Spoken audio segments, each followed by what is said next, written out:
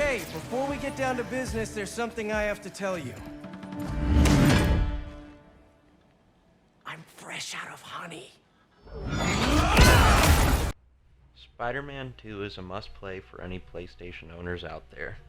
Insomniac's sequel to Spider-Man 2018, and more recently Spider-Man Miles Morales, is not only a technical showcase for the absolute powerhouse the PS5 is with its nearly instant load times and seamless character swapping, but the graphical fidelity of the game along with 60 FPS ray tracing available in performance mode makes this one of the most visually stunning games the PS5 has to offer.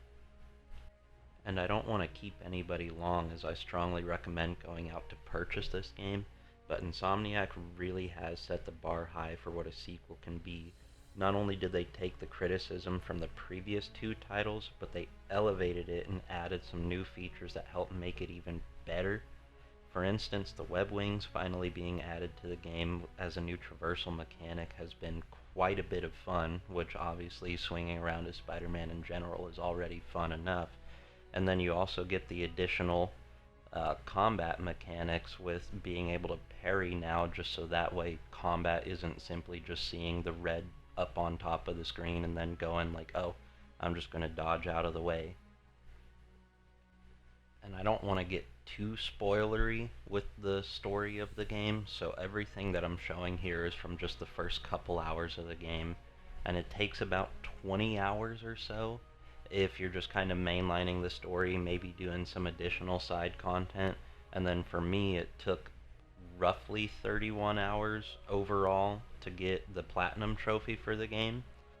But it's nice to see the story expand on what Peter and Miles have already gone through with, Miles having to apply for his college essay and that being a big part of what he's kind of putting off throughout the game, and Peter not being able to pay for the mortgage on Aunt May's home because he's got all the Spider-Man responsibilities that he has to do, while still trying to balance his relationships with MJ and Harry, as well as Miles and Miles's family.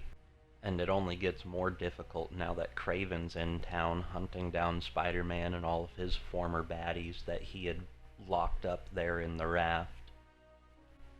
And I also wanted to touch on the fact that the amount of suits that you can unlock in this game is pretty wild. There's, I believe, if you get the pre-order editions for the deluxe edition, there's 35 suits for Miles and another 35 suits for Peter. I could be a little off on that number there, but then all of those suits, almost all of them, have an additional 4 color combinations that you can pick from on them as well.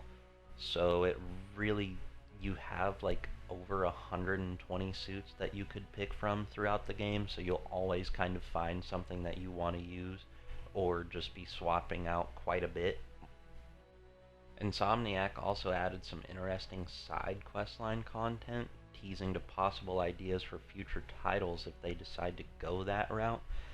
But they've also kept in some of those random crime encounters, and even it seems as though they've almost kind of dialed back just how repetitive some of that side content could be, really kind of narrowing it down so you aren't having to do some of the same types of side missions over and over again like 20 plus times. And even for some of the ones where it's the same mission icon, some of those have different varieties of what you'll be doing within those, so it isn't just like the same thing to the point to where you get burned out on doing it over and over again. And even some of the smaller, almost less meaningful stuff, like collecting the spider bots, really does have quite an interesting outcome when you complete all of those side quests. So I would highly recommend, if you get this game, go through, complete all of the side quest lines, whether you do that as you play through the game or after you finish it. It's also interesting to see some of the detail that they have added in with, if you take damage during combat, your suit can get busted up for both Miles and Peter, and you can kind of see just some of the damage that they've taken throughout various fights, and it will repair itself after you've gone to a certain checkpoint or anything like that, or if you switch out the suit. But again, that was just another cool little feature to have added into that as well. And it would be a damn shame if this game didn't at least get nominated for Game of the Year this year, because especially with the voice acting in this, that really helps carry just the weight and the gravity of every situation that you encounter in this story. And it's just really nice to see that Insomniac managed to actually pull through with this sequel, because most times with video games it can be quite a bit of a gamble to pull through with a sequel, but Insomniac has been around for quite a while now, and they've always done some pretty good work.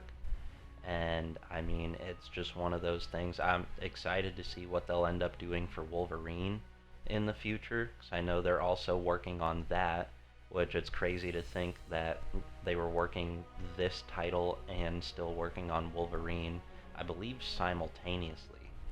But definitely go out and buy this game, whether you gotta get it for Christmas, whatever you have to do.